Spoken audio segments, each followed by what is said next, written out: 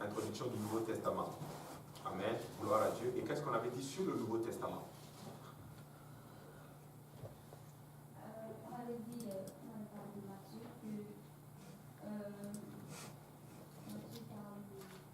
Matthieu, hein, il parle de la vie du Seigneur Jésus, mais il s'adresse plus aux Juifs. Ça, c'est bien. Luc était un médecin. Lui parle plus comme de la perfection de Jésus et il parle plus aux Grecs. Exactement. Il y a de mémoire ici. Aux Grecs. Alléluia. Et Jean, il parle de la divinité. Gloire à Dieu. Et il parle à qui? À Jean parlait à l'Église, à tout le corps du Christ. Il présente le Seigneur Jésus comme étant le Dieu Tout-Puissant. Amen. Et Marc, il parle de l'autorité des miracles de Jésus. Exactement, l'autorité des miracles de Jésus. Et il s'adresse plus aux païens, un peu, voilà, exactement. Et il était dans le contexte romain, donc il s'adresse aux païens en d'autres termes. Il montre là l'autorité en d'autres termes de notre Seigneur Jésus. Amen. Et, oui, Matthieu parle aux Juifs. Aux Juifs. Une des mentions, comment on sait qu'il parle aux Juifs? C'était quoi la particularité de l'évangile de Matthieu? Quand il parlait, il se référait toujours aux Écritures. Il disait, comme on l'a vu par exemple dans un prophète, dans les Anciens Testaments. Exactement. Il se référait toujours aux Écritures. À chaque fois qu'il dit quelque chose, du moins quand il affirme quelque chose, il dit bah, ça c'est arrivé conformément à ce qui était écrit dans le livre des prophètes. Ouais. Et des fois, il cite même le prophète. Il va dire Ésaïe. Des fois, il va parler de Jérémie en d'autres termes. Donc, il parle aux Juifs pour leur montrer l'importance de qui était Jésus, en fait. Amen. Maintenant, aujourd'hui, on avait aussi commencé à parler de Jean-Baptiste. On avait vu que Jean-Baptiste était le précurseur du Seigneur Jésus-Christ. C'est quoi un précurseur? Voilà. Il vient avant et il vient préparer la venue de l'époux. Amen. Et il est dans le terme précurseur. Et Jean le dit d'ailleurs, Jean le dit, il est après moi, mais il est avant moi. Mais il est avant moi. Je vais vous montrer que oui, vous savez ça, n'est-ce pas? Ça se trouve dans Jean chapitre 1. Et vous allez voir, et c'est fort, la façon dont il met. Des fois on le lit, mais on ne le voit pas. Mais Jean le dit. Et en fait, il est venu après moi, mais en fait, il est avant moi. J'aime trop ça. Et je vais vous montrer quelque chose de particulier. Ça, c'est le pasteur Claudie qui m'a, quand on était hier matin ici, et il m'a donné cela là, mais ça, c'est un bonbon. Il m'a dit ceci. Il m'a dit, le Seigneur Jésus dit ceci. Moi, je suis dans le Père, et le Père est en moi. Vrai ou faux? Maintenant, si je suis dans quelque... Je ne peux pas être dans la pièce et être en même temps dehors. C'est impossible. Par exemple, je ne peux pas être ici et être en même temps dehors. C'est impossible. Mais, si par exemple, Jésus, si le Père est en lui et que lui, il est dans le Père, c'est que Jésus est le Père. Et ça, je vais vous expliquer cela. Il faut prendre la mathématique. Maintenant, j'arrive. Maintenant, c'est quoi l'inclusion? Vous avez étudié les mathématiques? Hein? Si A est inclus dans B et que B est inclus dans A, c'est que A égale B. Donc, si Jésus est dans le Père et que le Père est dans Jésus, donc Jésus est le Père. Donc, en fait, littéralement, il était en train de leur dire, je suis le Père.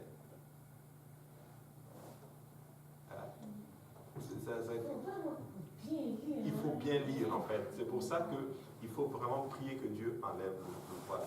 Parce que des fois, quand tu lis le texte, tu vas passer à côté de vous. Il y a vraiment beaucoup de viande dedans. Amen. De viande. Quand je dis la viande, dans le sens où beaucoup de bonnes choses. Amen. Gloire à Dieu. Attends, il avait levé sa main avant. Oui, Cameron, tu avais levé ta main. Ça a répondu à ta question? Il a oublié. Ah, bon, gloire à Dieu. Oui. Une fois, je parlais à... Ouais.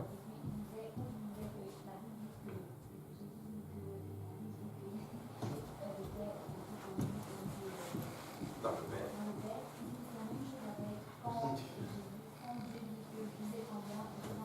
Ouais.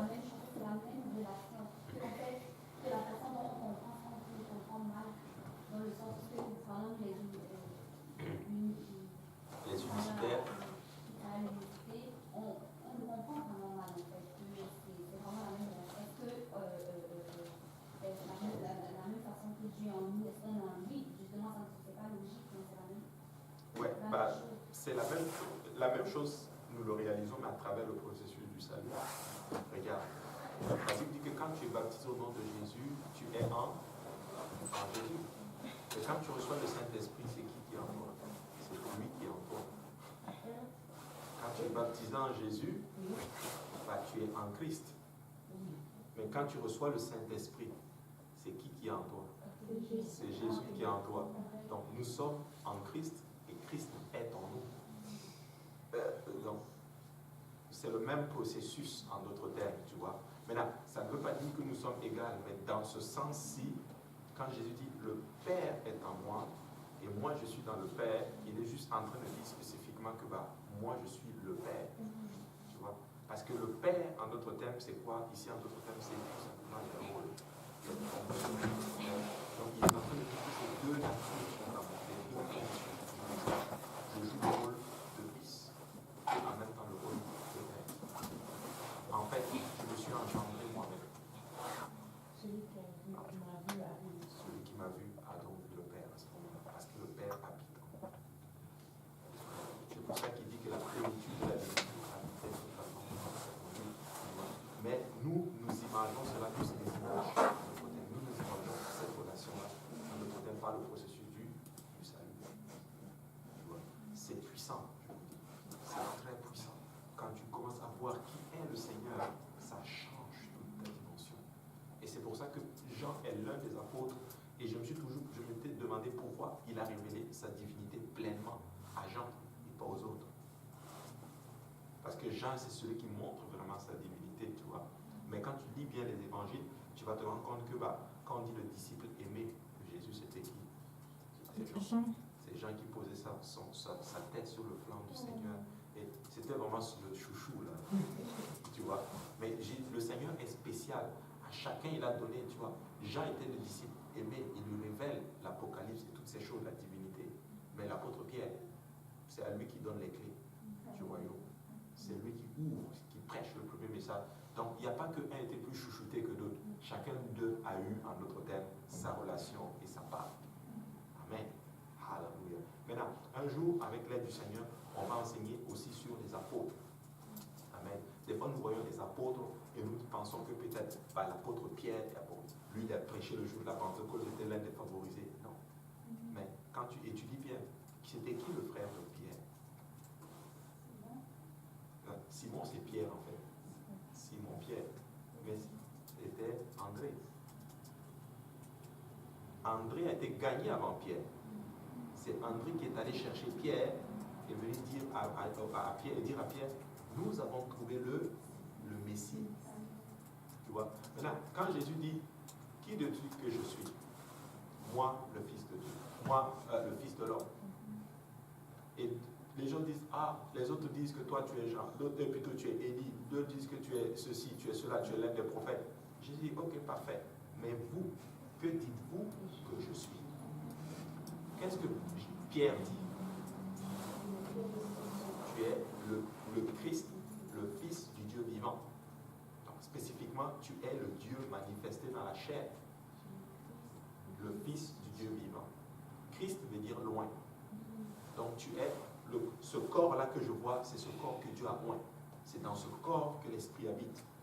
C'est en gros ce qui veut dire Messie. Mais le point, c'est ceci. Est-ce que tous les apôtres étaient là ce jour-là? Oui. Parce qu'il parlait aux apôtres. Il a dit, et vous, que dites-vous que je suis? Pierre a levé son doigt et puis il a parlé.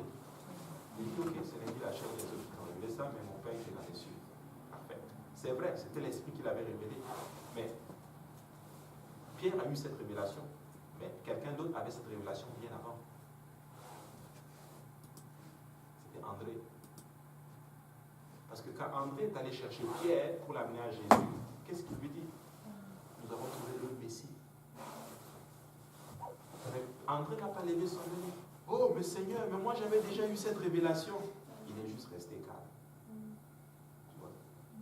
C'est pour ça que j'ai dit, quand on va aller au ciel, probablement que André aura peut-être plus que Pierre. Qui a amené ce garçon à Jésus? Il a 2 pains et des poissons, je ne sais plus combien. C'était André. Mais il y a certains apôtres dont on ne parle. Donc ce n'est pas parce que vous voyez qu'ils ont fait de grandes choses que ceux dont on ne parle pas ont forcément moins fait. C'est pour ça qu'on dit, il faut juste prendre la parole de Dieu. Il dit, les premiers seront les derniers seront les premiers. C'est pas qu'on va reculer, non. C'est juste qu'il y a certaines personnes dans les Écritures, quand vous allez voir leur récompense, vous allez dire, mais pourtant on ne les voyait pas beaucoup dans les Écritures. Ah, c'est comme ça. Amen. Oui.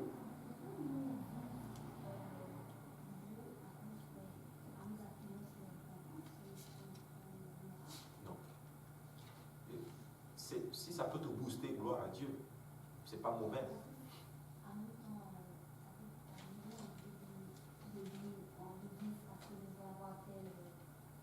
C'est vrai.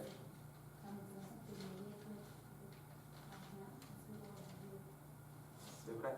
C'est vrai que c'est pas, ça doit pas être ça fait partie des motifs aussi.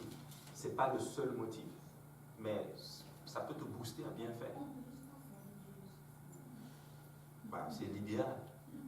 C'est là où on veut arriver. Mais en l'aimant, bah, ça vient aussi avec les récompenses. Donc, c'est vrai, il ne faut pas servir Dieu à cause des récompenses, mais tu ne peux pas t'empêcher non plus d'y penser que, bah, tu imagines, bah, on va avoir de belles récompenses. Mais bah, nous l'aimons. Amen. Oui, sortis pas. Oui, docteur, j'ai une question. Parce que des fois, quand on aime une femme qui sert le Seigneur, des fois c'est Dieu, des fois il n'y a pas de confiance en soi, des fois c'est compliqué, vraiment. Mais je me demande quoi faire quand on se trouve dans cette situation, parce que des jours ça va, des jours ça ne va vraiment pas. Au niveau du moral, des fois on se regarde dans le miroir, on est comme, ça c'est quoi?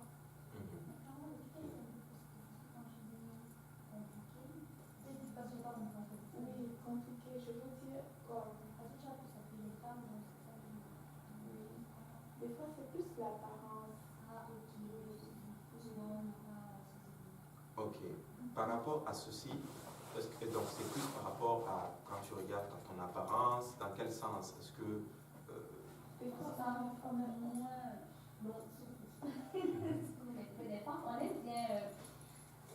On est bien. Mettre un peu de. C'est vrai, il faut le dire, il faut être vrai. Soyez vrai, dites la vérité, c'est qui au fond. C'est vrai, je comprends ça. Franchement, ça dit qu'on est belle, on est bien habillé que peut-être. Parce qu'on a tendance à se comparer tout jusqu'à maintenant. Quand on voit une belle femme comme ça, mais c'est vrai. On a tendance à. J'étais dans le bus et je me suis dit, j'avais juste parlé parce que je me sentais vraiment mal aujourd'hui. Je me disais que des fois on est juste fatigué. Moi, par exemple, je suis juste comme. C'est bon, c'est très bon et c'est bon, il faut des fois se déverser comme ceci.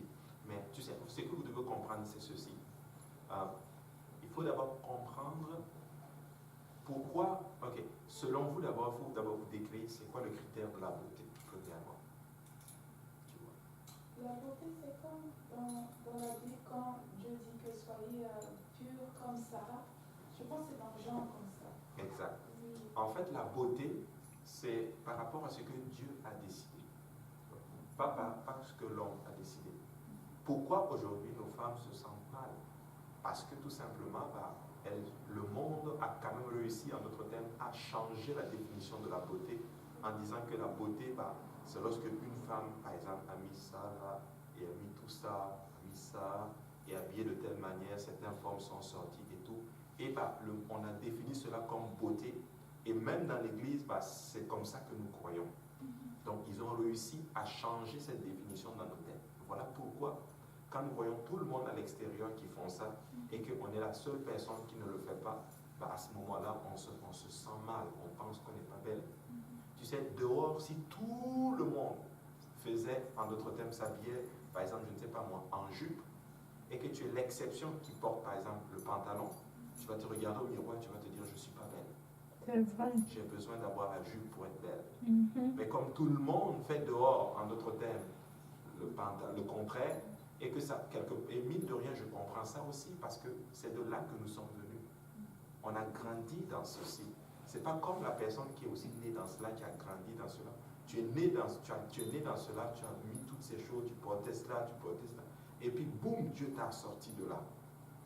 Et puis à un moment donné, des fois, ça te récupère. Tu te regardes, tu te dis, mais non, mais qu'est-ce que je suis devenu? Pourtant, non. Tu es belle aux yeux du Seigneur. Il le dit, je pense, c'est dans le psaume ou dans les proverbes. Je suis une créature merveilleuse que le Seigneur a créée. Maintenant, sanctification, sainteté, ça ne peut pas dire aussi que nous devons nous négliger. Noé. Non. Tu sais, la Bible dit spécifiquement que quand on a étudié Esther, ils ont appelé toutes les filles du royaume, c'était des belles filles. Mais qu'est-ce que Esther a choisi? Qu'est-ce qu'elle a pris en termes d'objets de beauté? Les parfums, ce que le roi aimait. Le parfum et l'huile. C'est tout ce qu'elle a pris. Moi, je suis convaincu qu'il y a les autres filles sont venues avec sortir les formes pour attirer le roi. Mais elle, c'est pas ça. Elle l'a pris. Elle est allée voir, je pense que c'est Égay qui lui a dit ce que le roi aimait. Égay représente la parole.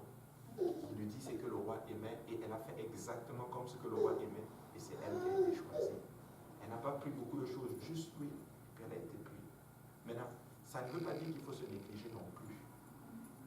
Oui, maman. Je trouve que la plupart du temps, quand on se répète comme ça, puis on te comprend. C'est surtout à cause un peu de solitude aussi, comme le fait comme je suis là. On est seul. Oui, l'autre.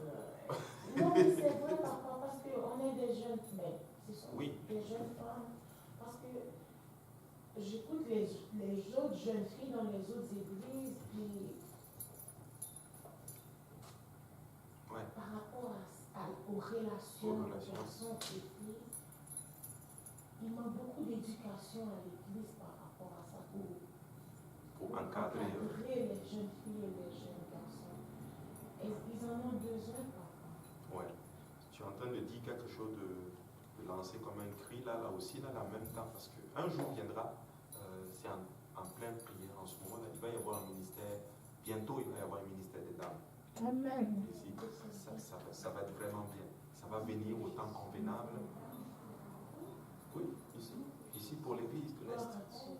Ouais. Mais gardez ça pour vous pour le moment, dites à personne, c'est en prière encore. Donc il faut juste qu'on donne le cachet. Le pasteur va donner le cachet bientôt, mais c'est en prière, c'est en préparation parce que c'est un besoin.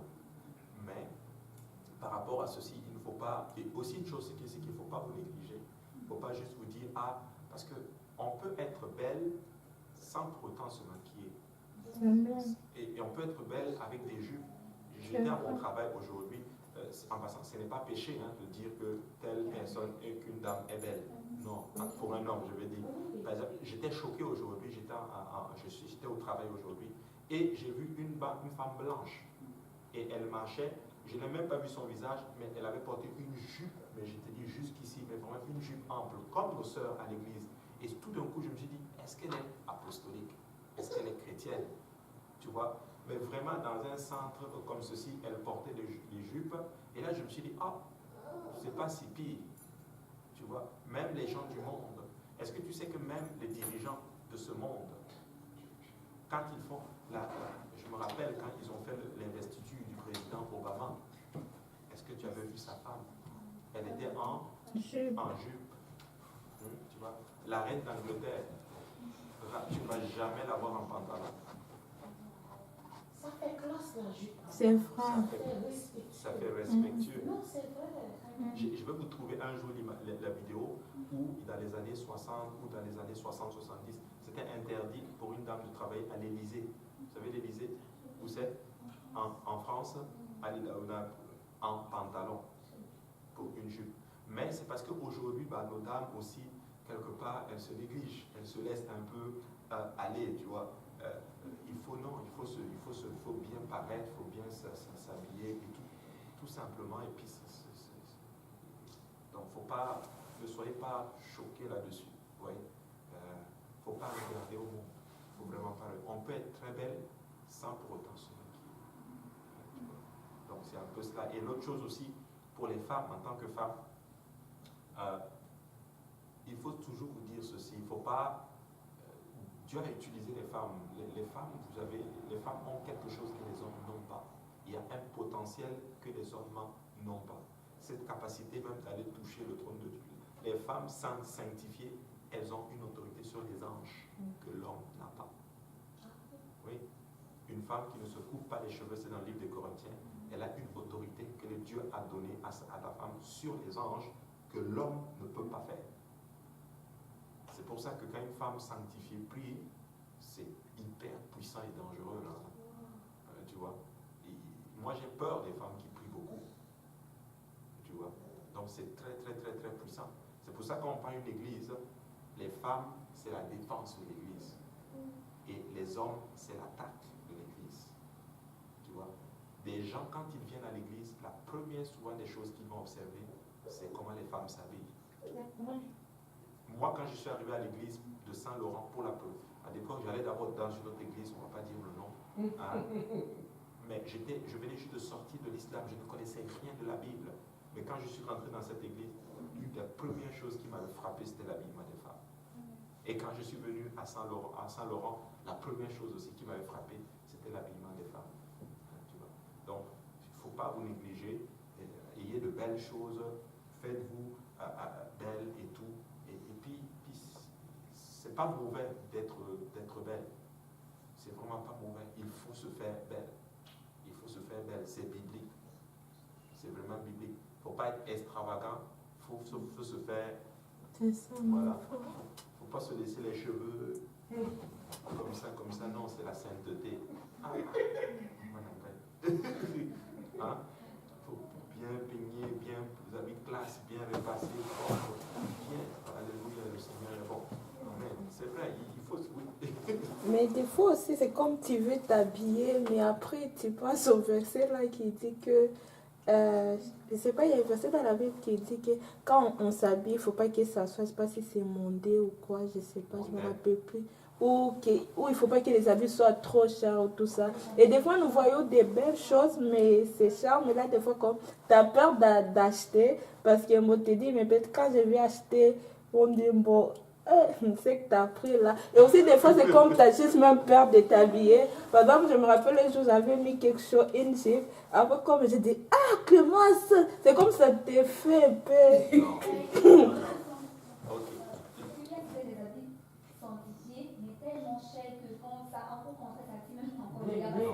Ça dépend. Et ça, je veux vous expliquer ceci. C'est l'intention qui est derrière. Et il faut aussi aller avec les moyens. Est-ce que vous voulez que je sois honnête avec vous? Moi, si j'avais les moyens, si j'ai les moyens, je ne veux pas porter n'importe quel costume. Je veux porter de beaux costumes, mais qui passent. Tu ne vas même pas savoir que ça coûte cher. C'est ça. Il faut que... Oui, la classe, je suis d'accord. Regarde, la Bible dit que David était ceint d'un éphod de lin. C'est bon, c'était un Quand il y a des chaussures là, elles sont d'elles-mêmes. Je sais. Maman, tu sais? Je sais. Ok, regardez. Amen. Amen. Donc, si je l'avais, je sais où aller, par exemple, acheter des choses qui coûtent très cher, la qualité. Et quand je vais venir ici, à moins que ce soit quelqu'un qui vraiment est ailleurs, tu ne vas pas savoir que c'est quelque chose qui coûte hyper cher. Tu vois. Je ne vais pas porter des choses qui attirent. C'est comme quelque chose qui simple, mais bon, mais c'est la qualité. Voilà. On va dire ça comme ça. Ouais. Donc ça va avec les moyens. Tu vois. Et exemple, maintenant par rapport aux gens qui disent Clément, écoute, tu travailles, non? Oui. Tu n'as pas volé ton argent. La Bible dit jouis de tes bénédictions. Oui.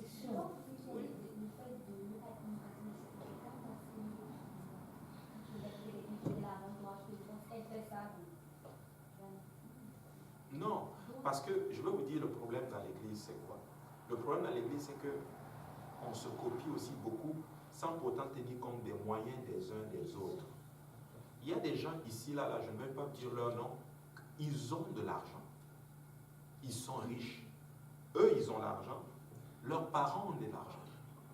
Donc, ils s'habillent bien. Ils ont des habits qui coûtent cher. Mais gloire à Dieu. Gloire à Dieu. Mais si moi, je n'ai pas leurs moyens, J'achète mes costumes à mon niveau. Exactement. C'est tout. Si je ne peux pas m'acheter un costume de 200 pièces, je vais m'acheter un costume dans mes moyens à 100 pièces ou à moins que cela. Et puis ça fait la job. C'est propre. C'est propre, C'est ça va. repassé. C'est repassé. Bon, papa, J'ai le des Seigneur costumes. est bon. J'ai des costumes qui ont 10 ans. Non. Et c'est toujours nickel, clean. Regardez, je vous ai parlé la dernière fois. Il y a des moments où je galérais beaucoup. Ma femme, qu'est-ce qu'elle faisait? J'avais une ou deux chemises blanches. À chaque dimanche, elle mettait ça dans l'eau de Javel, elle lavait, elle parfumait, elle nettoyait ça bien. Et j'arrivais ici, classe, tout le monde pensait que, papa, ça va, c'est la même chemise que j'ai portée la semaine passée. On fait avec. Mais le problème dans l'église, c'est que, Clémence a acheté une jupe aujourd'hui, alléluia, c'est trop cher. Mais attends, Clémence travaille, elle travaille à la banque. Écoute, elle a quand même étudié, elle arrive à se... Laissez-la un peu jouir de ses bénédictions. Tu vois? Donc, à ce niveau-là, n'aie pas peur. Il y aura toujours quelqu'un qui va parler. Tu vois? Je vous raconte cela. Un jour, ma soeur était venue de voyage. Vous vous rappelez quand ma soeur était venue? Ma soeur m'avait apporté une chaussure. Bon. Ma soeur, elle a acheté la chaussure. Moi, j'ai porté la chaussure, je suis arrivé. Je vous dis, c'est une chaussure qui est bien, mais ça passe partout. Tu ne vas pas savoir. Mais quand je suis arrivé, un frère me dit, la chaussure, j'étais obligé de dire, ce n'est pas moi qui ai acheté en particulier. Oui, il m'a dit, ouais, ok, la chaussure, on m'a donné. Mais moi-même, si j'avais, écoutez, si j'ai les moyens, je ne vais pas m'acheter n'importe quoi. Je ne veux pas m'acheter n'importe quelle voiture si j'ai les moyens. Écoute, moi je veux dire ceci. Si Dieu te donne les moyens, achète-toi les meilleures choses. Donne le meilleur à tes enfants. Donne le meilleur à ta famille. C'est vrai.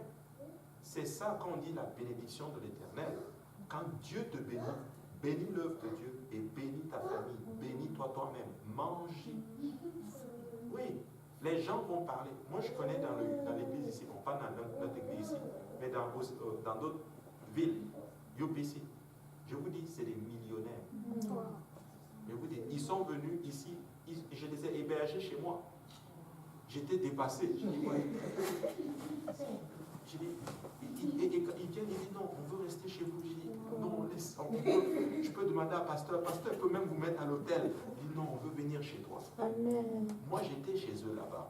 Je vous dis, tu vois leur maison. Mais ils ont les sous comme pas possible. Ils font des voyages, ils achètent ceci. Et c'est des gens qui donnent beaucoup à l'œuvre du Seigneur. C'est-à-dire, c'est des gens, c'est pas des 200, 300 dollars qu'ils donnent comme ils signent des chèques de 1000, 2000 dollars comme ça qu'ils donnent à l'église. Tu vois? Mais Dieu les bénit aussi.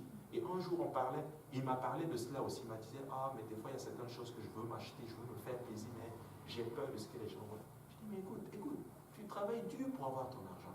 Tu as ta propre compagnie. C'est toi qui te lèves le matin pour aller travailler. Dieu te bénit. Non, jouis-en de tes bénis. Ne regarde pas ce que les gens disent. Maintenant, il ne faut pas que ça soit juste pour. Tu n'achètes pas les choses pour qu'on dise. Viens pas avec la facture de la montre accrochée là que vous avez vu. Ou bien tu danses,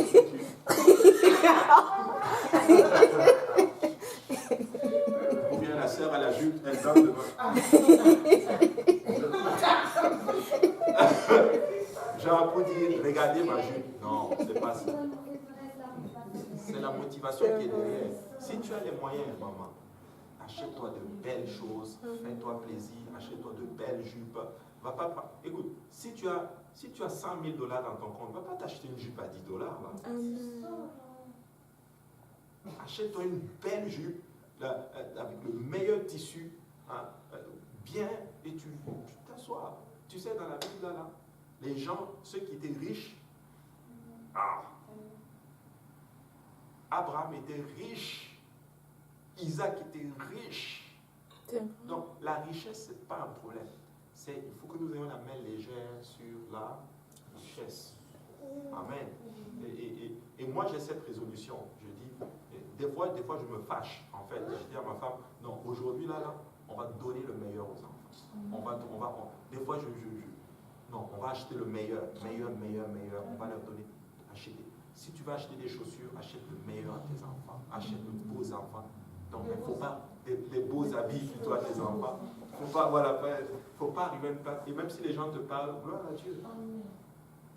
Gloire Gloire à Dieu. Je suis content quand je vois des enfants arriver ici bien habillés. C'est vrai, ils sont toujours bien habillés. Tu vois? Nos enfants sont Oui. toujours bien habillés. Toujours. Ouais. Ça, je suis tellement content. Mais je n'aime pas voir des parents bien habillés et puis leurs enfants sont mal habillés.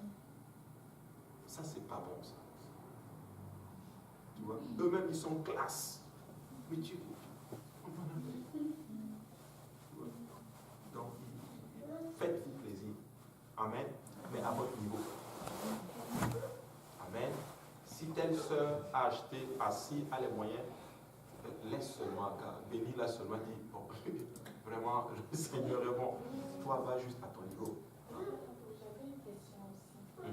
C'est par rapport peut-être à une sœur, par exemple, qui a peut-être des problèmes, comme par exemple les cheveux devant ne poussent pas et toutes ces choses, et qu'on lui conseille par exemple des pilules comme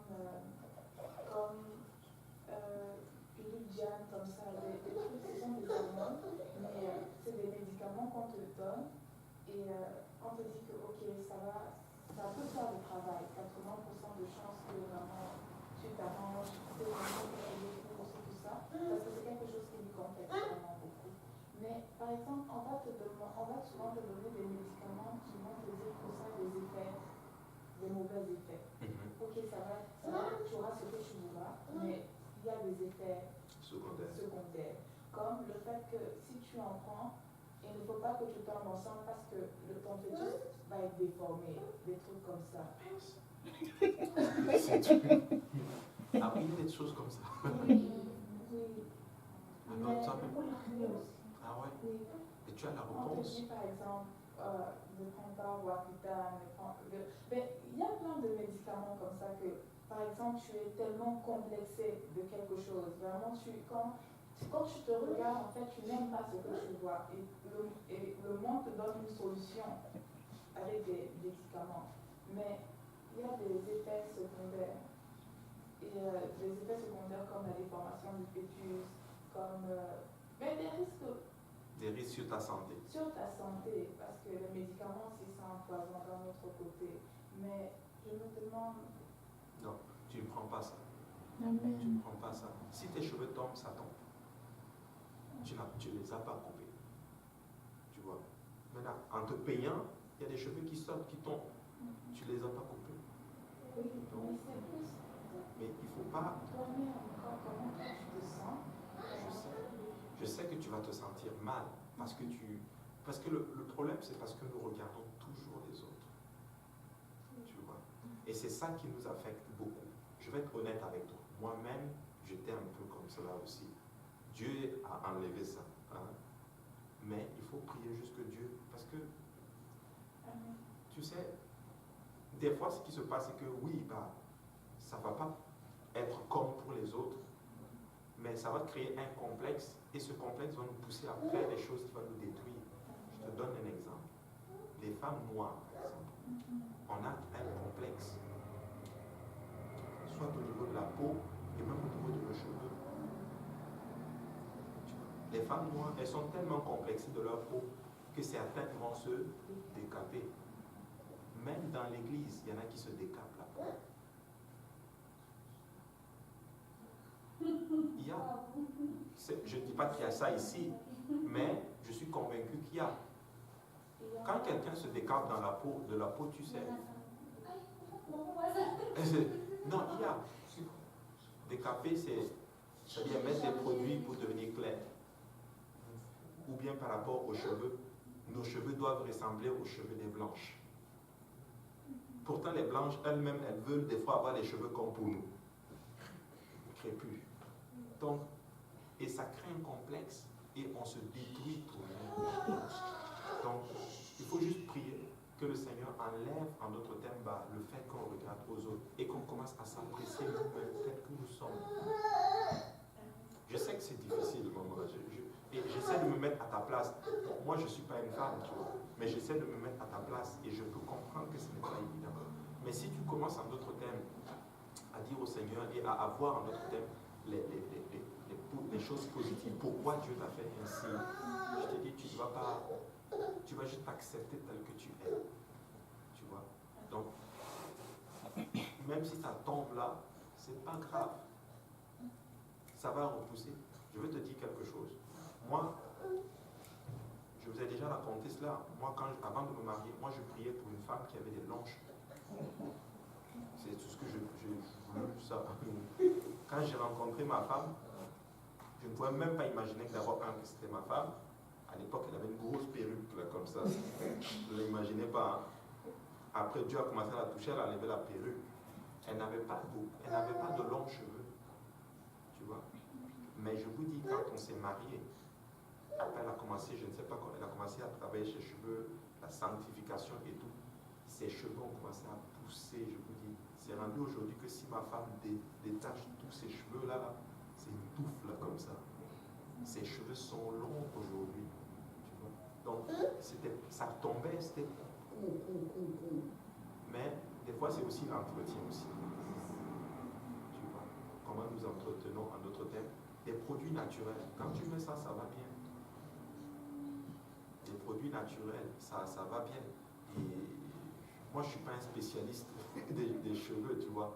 Mais je sais juste une chose, c'est que le naturel marche. Je vous dis, le naturel, ça marche. Je regardais la dernière fois on était à l'église, c'est quand je tournais comme ça, et puis j'ai vu les cheveux de Sifa. Puis j'ai dit, mais Sifa, c'est la fille du pasteur Kaouzi. Je pense que je ne sais pas si tu l'as vu. Elle a des longs cheveux. Tu te dis, mais attends, elle, depuis son enfance, depuis qu'elle est née, ses cheveux n'ont jamais été coupés. Aujourd'hui, elle a quel âge? 18 ans? 19 ans aujourd'hui. Mais nous qui on est venus, nos cheveux ont été coupés, on a eu des produits chimiques dedans, coupés, puis on est venu à Dieu. Avec le temps, ça va se placer, tu vois. Amen. Gloire à Dieu. Mais vous savez quoi? Acceptez-vous, mais n'ayez pas peur de vous rendre. Et puis, je pense que ce qui dérange aussi les filles, c'est aussi le regard extérieur et qu'est-ce que les gens vont dire. Ça vous frappe beaucoup. Qu'est-ce que telle sœur va dire? Qu'est-ce que tel frère va dire? Écoutez, chacun de nous, tant que nous sommes dans la sanctification, c'est correct. Chacun de nous a sa marche. Alléluia. Chacun de nous a sa marche. Et chacun de nous a le droit en de savoir ces choses. Amen. Oui. Mais je voulais juste comme ajouter peut-être quelque chose dans ce sens. Des fois aussi, comme la prière aussi, ça marche. Parce que moi aussi, je me rappelle, quand moi j'ai commencé à travailler, c'est comme j'ai regardé ma tête et je disais, vu que Carole a parlé de cheveux, je disais, oh Seigneur, qu'est-ce que je vais faire avec mes cheveux? Et là, c'est comme... Juste ce jour, j'ai prié, après, je faisais mes cheveux après un jour, parce qu'avant, je lâchais mes cheveux, je fermais comme ça. Et là, je me disais, moi, chaque jour, je vais commencer à aller comme ça au travail. Et là, je priais. Mais après un jour, j'ai rangé mes cheveux. Après, je ne sais pas comment, j'ai juste fait un coiffeur comme ça. Et après, je disais, ah, mais ça me va. Et j'ai commencé à faire ça et je pars avec au travail et c'est bon. Là, je me dis, juste comme quand on prie aussi, un jour, juste comme le Seigneur va te montrer quelque chose et après, bon, ok, ça va avec toi, puis... Ouais, mais c'est exactement ça. Mais ne vous négligez pas. Vraiment, ne vous négligez pas. Il y a aussi, quand on a un problème, puis on est là à regarder le problème, ça ne change pas. Ça reste là. Mais quand tu oublies, il faut aussi regarder l'autre aussi à côté. Ça t'aide aussi. Donc, par exemple, moi, il n'y a rien de bon. Oui. Puis ça fait longtemps que c'est comme ça, puis je ne peux pas vraiment me permettre, je me sens tellement mal à l'aise comme de ne pas mettre ça, puis laisser ça.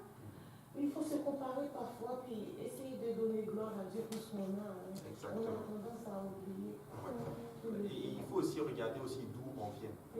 Donc il y a aussi des séquelles de là où on vient qui va peut-être probablement se mettre avec le temps.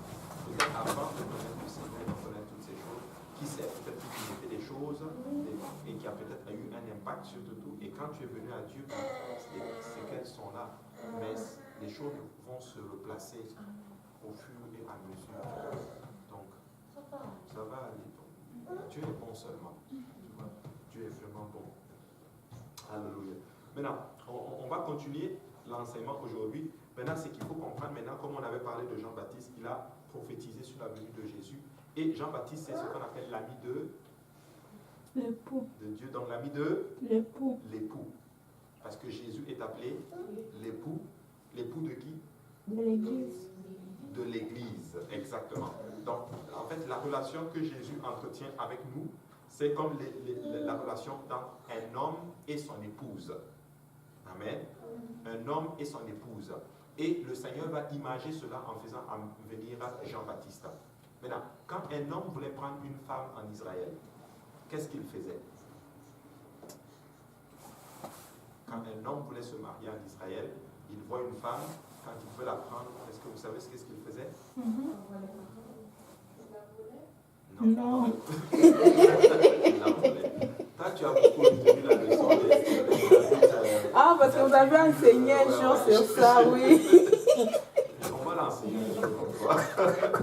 Non, il a envoyé son ami proche, voilà, pour parler au cœur de la fille, préparer la fille, et lui maintenant il vient parler. Et c'est ce que le Seigneur a fait. Il a envoyé son ami Jean-Baptiste préparer l'église à la repentance, et l'époux est venu maintenant par la suite prendre l'église.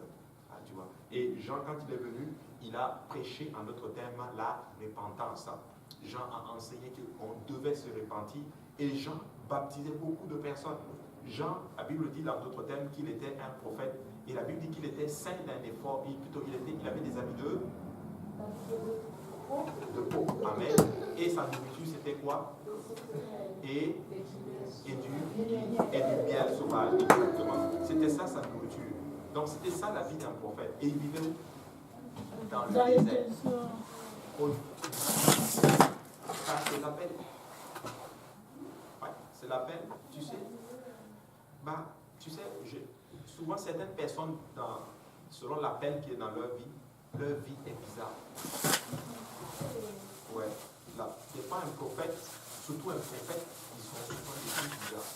Là, ils sont consacrés, Dieu leur demande des choses, ils ne demandent pas comment ils vont faire. C'est pour ça qu'aujourd'hui, quand tu prends les prophètes d'aujourd'hui, ils disent, oh, moi je suis prophète, il a même une carte. Prophète, hein? Alors qu'avant, ce n'était pas comme ceci, tu vois. Et la Bible dit que Jean-Baptiste, il est comme il est en d'autres termes, Élie. Pas qu'il est Élie en tant que tel, mais il était pareil à Élie. L'esprit d'Élie était sur lui. Parce que Élie était habillé aussi d'habits de pauvre. Élie se nourrissait aussi de sauterelles et de miel sauvage, en d'autres termes. Donc il est comme Élie, en fait. Donc l'esprit d'Élie, il est Élie, en fait, qui annonce la venue du Messie. Tu vois. Donc quand quelqu'un dit qu'il est prophète, souvent, sa vie n'est pas... C'est pas une vie, mais c'est pas pour vous. Mais moi, c'est un ministère que...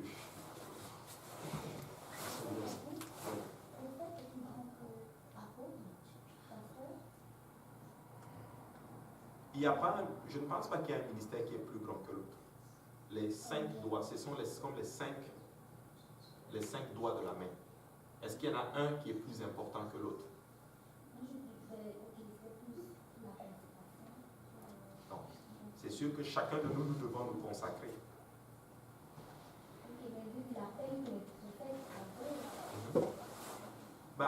C'est un appel qui est spécifique, avec une consécration spécifique.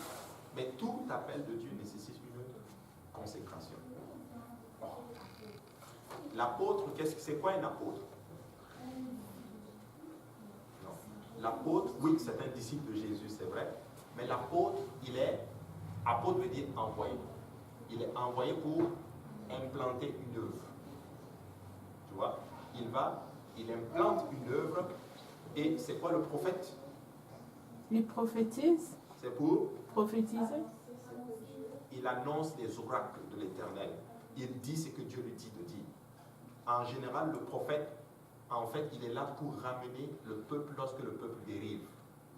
Souvent, quand un prophète est dans une église, dans des moments, il va se lever, il va parler, il va dire, Dieu dit que vous êtes en train de dériver l'église, vous devez revenir sur la voie.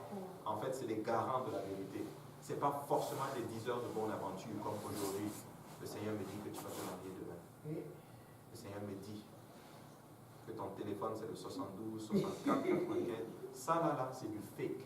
Ça, et beaucoup de gens aiment ceci. Dieu n'a rien à voir avec ton numéro de téléphone. Dieu veut juste préparer son église à ce. Et il y a des gens comme ceci. Ils te prennent. Ça, c'est ce qu'on appelle de la divination. Amen. Et si Dieu te révèle, et s'il advenait même que Dieu révèle le numéro de téléphone, c'est pour t'amener à la repentance.